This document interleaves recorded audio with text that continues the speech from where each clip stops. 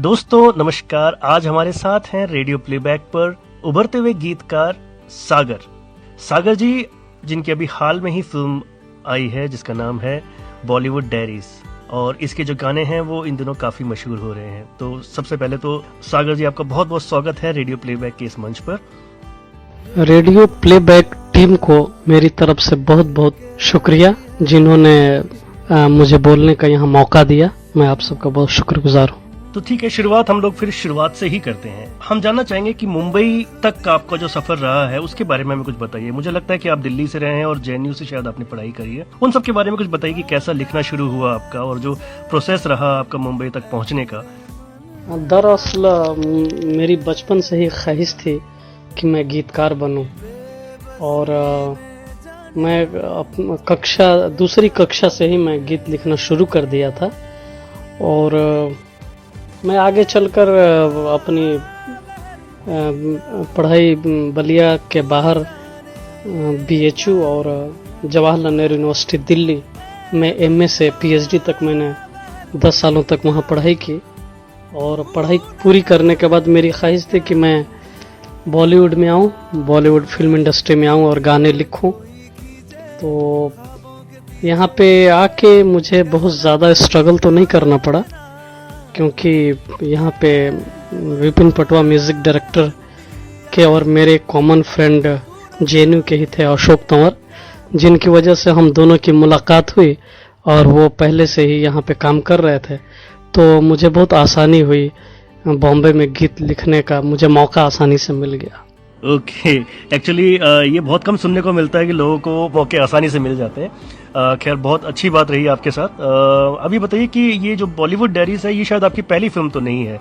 इससे पहले कौन सी फिल्मों के लिए लिखा आपने?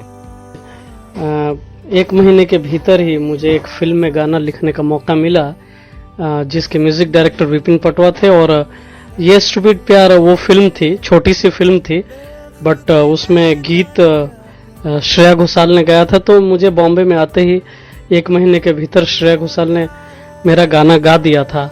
उसके बाद दूसरी फिल्म विपिन पटवा के ही साथ मैंने की, लव यू सोनियो। और उसके बाद एक फिल्म आई रणवीर द मार्शल, मिलिंद देव के जिसके डायरेक्टर हैं, और केके ने वो गाना गाया था। और उसके बाद अभी जल्दी ही रिलीज हुई थी मैं और चार्ल्स रणदीप हुड्डा की, उसमें भी मैंने गाना लिखा। तो ये बॉलीवुड डायरीज मेरी 5वीं फिल्म होगी, और इस फिल्म में मुझे सारे गाने लिखने का मौका मिला। ओके, तो ये फिल्म ऐसी है जिसमें सारे गाने आपने लिखे हैं और वाकई बहुत शानदार गीत है। तो चलिए इसी फिल्म के ऊपर हम अब बात करते हैं। इस फिल्म में आपने जो गाना लिखा, एक तो जो पहला रिलीज हुआ था वो था मनवा बहरूपिया। तो पहले इसी गाने की मेकिंग के बारे में कुछ बताइए कि कैसा ये गाना मतलब बना।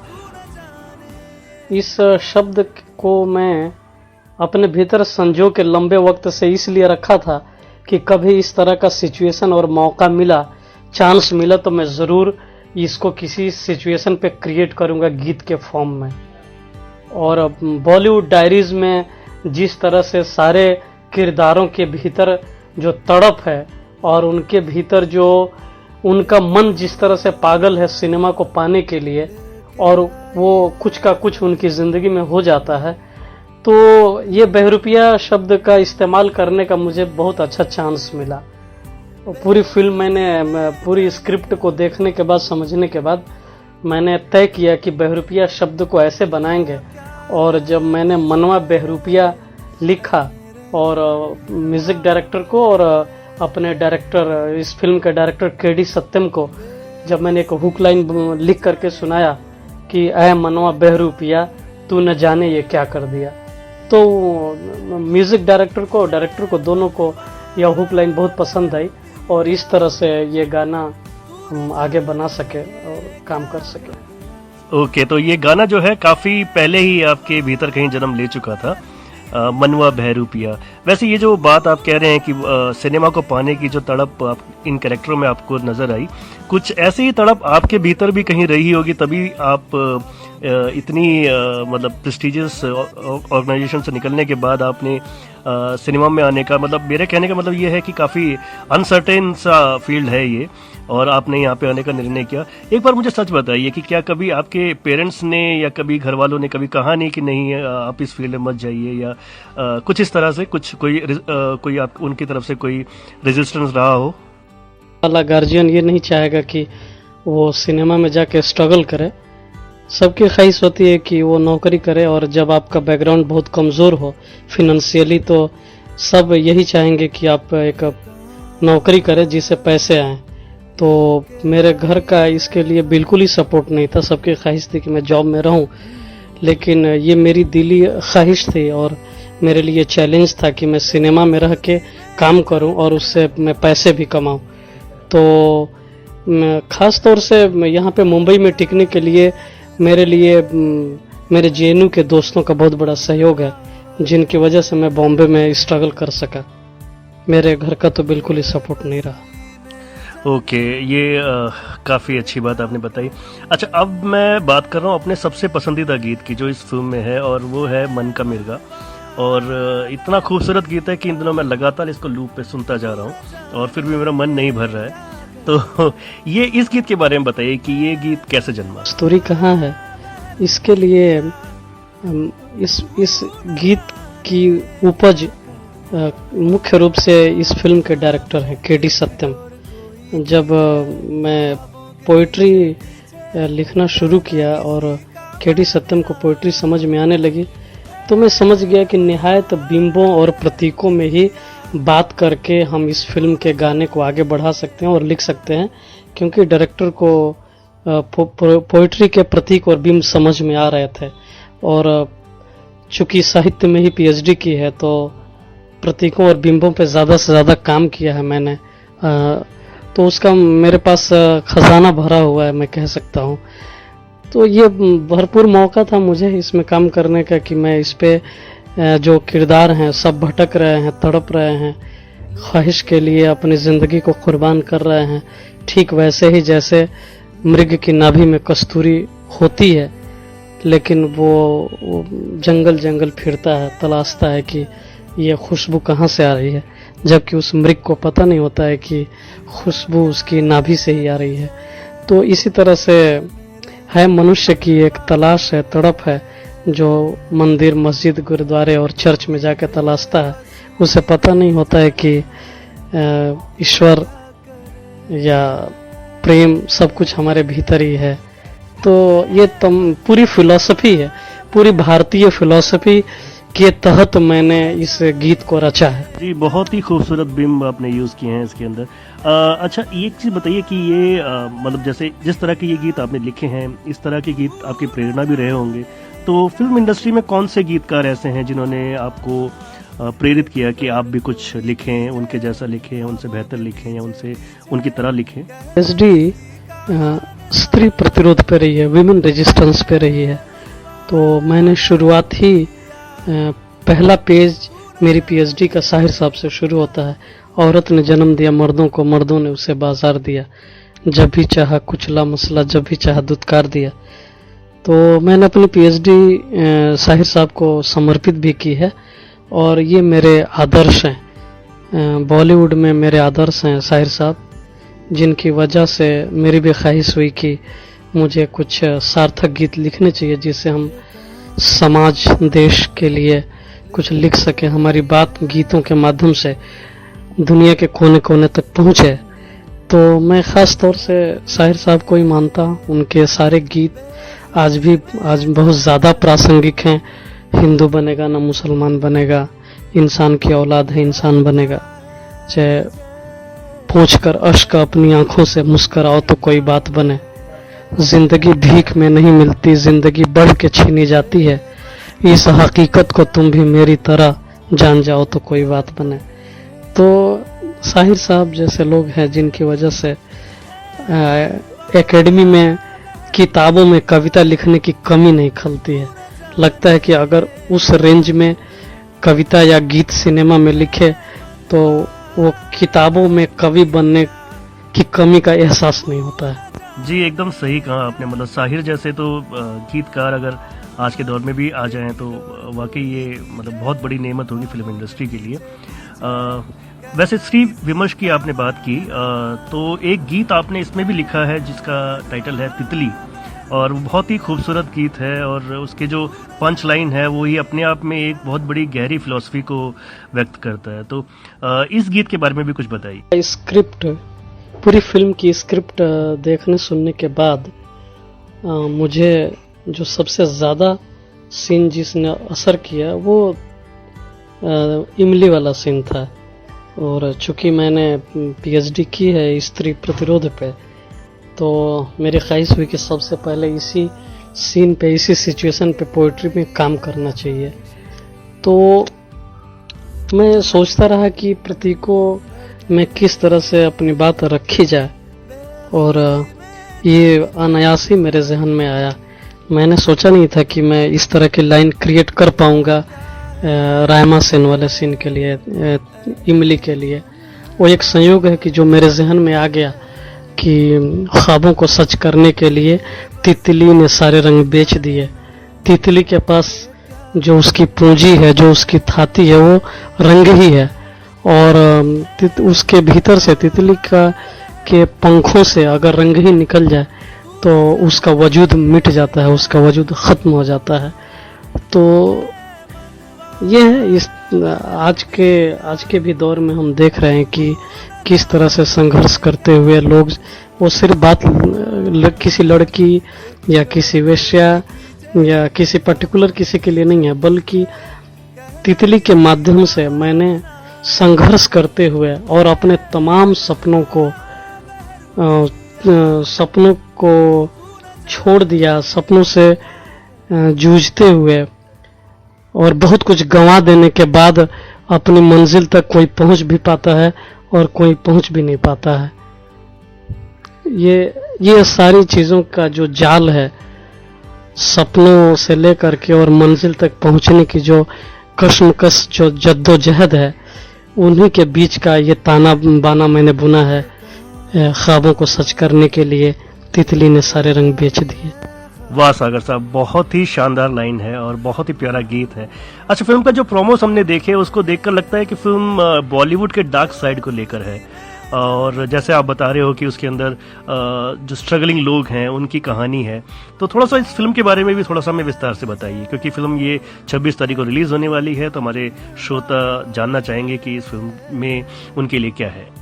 में कुल 3 मुख्य किरदार हैं, 3 जगहों के ऐसे स्ट्रगलर्स हैं जो बॉलीवुड आना चाहते हैं, मुंबई आना चाहते हैं।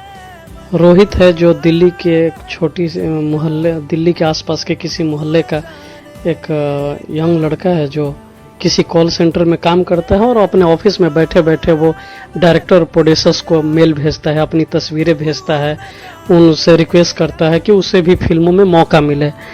उसी तरह से रायमा सेन है, सोनागाछी की एक कॉल गर्ल है जो वो भी सिनेमा में आना चाहती है, और जो भी उसे पता चलता है कि कोई बॉलीवुड से या कोई बॉम्बे से आया है तो उसके प्रति उसे बहुत ज़्यादा मोहब्बत हो जाती है, और इस तरह से उसका बहुत शोषण भी हो रहा है बॉम्बे के नाम पे। और एक तीसरा कैरेक्टर जो आशीष विद्यार्थी का है, वो भिलाई जैसी जगह के एक 52 साल का ऑफिस में काम करने वाला एक बाबू है जो अपनी जिम्मेदारियों से मुक्त हो जाने के बाद, आज़ाद हो जाने के बाद वो चाहता है कि अब वो बॉम्बे आएगा, क्योंकि उसका बचपन का ख्वाब था कि वो बॉम्बे फिल्मों में काम करे।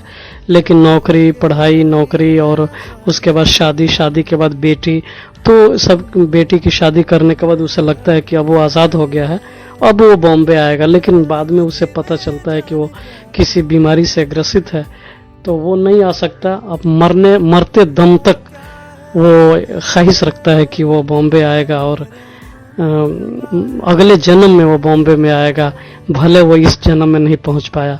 और रोहित टैलेंट हंट में शामिल होता है, जहाँ पे उसको टीआरपी मिल जाती है, अपना सर फोड़ लेता है या चाकू से हाथ काट लेता है, तो इसे टीआरपी मिलती है और उसका हौसला बहुत बढ़ा देते हैं, और लास्ट में उसका सिलेक्शन नहीं होता है। और रायमा सेन के पास विनीत सिंह पहुंचता है एक मुंबई से स्क्रिप्ट राइटर या डायरेक्टर के रूप में, जहां जा कर के उसी के पास रह के सोनागाछी में पूरी फिल्म की कहानी तैयार करता है और उसे भरोसा दिलाता है कि वो इस फिल्म में उसे रोल दिलाएगा। और इस पे वो रायमा सेन बहुत आशान्वित है, उसे उम्मीद है कि वो राइटर डायरेक्टर ज़रूर मुझे बुलाएगा, लेकिन उसकी उम्मीदें धरी की धरी रह जाती हैं। वो आगे फिल्म देखने के बाद पता चलेगा कहानी में क्या होता है। तो डार्क साइड तो है इस फिल्म में, लेकिन बड़े ही तरीके से डायरेक्टर ने अपनी बात रखी है, तो ज़्यादा फिल्म भारी नहीं करती है, लाइट मूड में ही फिल्म आगे लेके जाती है। फिल्म काफ़ी इंटरेस्टिंग लग रही है सागर जी, और मैं तो इसको ज़रूर देखने वाला हूं, और अपने सभी श्रोताओं से भी जो मुझे इस वक्त सुन रहे हैं उनसे ज़रूर दरख्वास्त करना चाहूँगा कि ये फिल्म ज़रूर देखें। इसके अलावा आप और क्या प्रोजेक्ट कर रहे हैं? बहुत शुक्रिया कि आप जैसे दर्शकों की वजह से ही फिल्म की सफलता दिखती नज़र आ रही है। लग रहा है कि हमें सफलता मिलेगी। मैं बॉलीवुड डायरीज के अलावा और मेरी इस लगभग 4 फिल्में आने को है, जिसमें सुधीर मिश्रा की फिल्म है और देवदास, उसके अलावा है अक्षरा हसन और विवान शाह के साथ लाली की शादी में लड्डू दीवाना, और तीसरी एक फिल्म है वाह ताज, श्रेयस तलपड़े की ये फिल्म है। तो फिलहाल 3 फिल्में तो बन के तैयार हैं, बिल्कुल रिलीजिंग पे हैं। ओके सागर जी, आपको इन सभी फिल्मों के लिए बहुत बहुत शुभकामनाएं, और ईश्वर आपको इसी तरह से कामयाबी की नई नई मंजिलों तक पहुंचाए। आपसे बात करके हमें बहुत बहुत बहुत अच्छा लगा, और आभार आपने कि हमें समय दिया अपना। Thank you so much. Sanjeev ji, आपको भी बहुत बहुत शुक्रिया।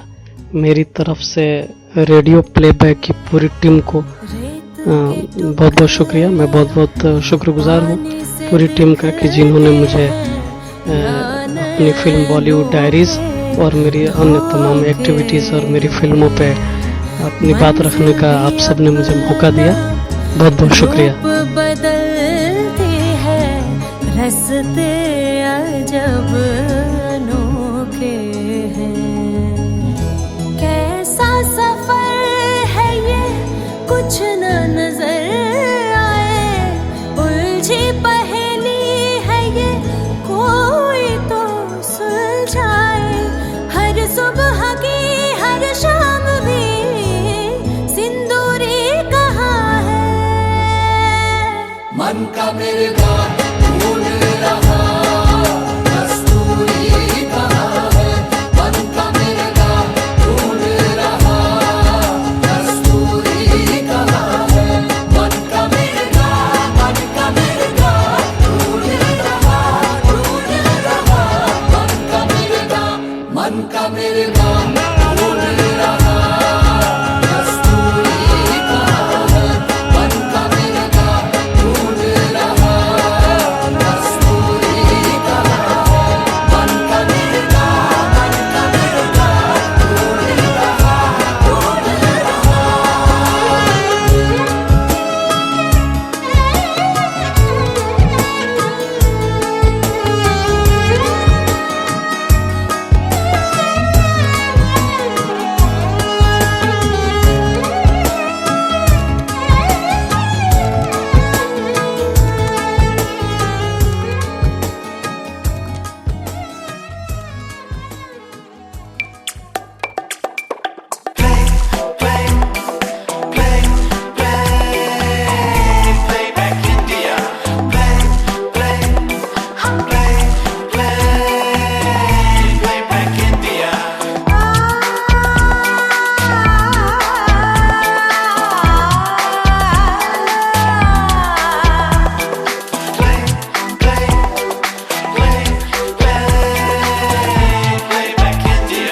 Radio Playback India.